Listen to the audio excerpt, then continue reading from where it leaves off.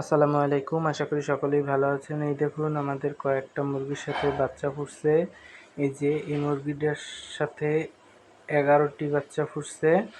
ওই যে দেশি মুরগি, এগুলো আমরা এবার চেষ্টা করছি যে অরিজিনাল দেশি মুরগির কিছু বাচ্চা ফুটানোর।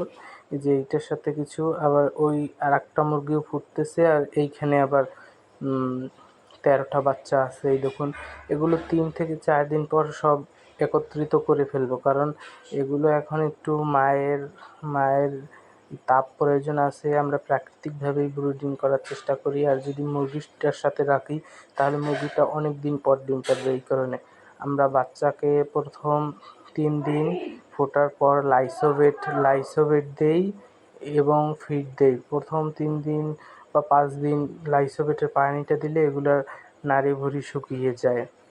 যে কিছু এই কারণে আপনারাও চেষ্টা করবেন যে লাইসোভেটটা দেওয়ার। আসসালামু আলাইকুম, সকলে ভালো থাকবেন।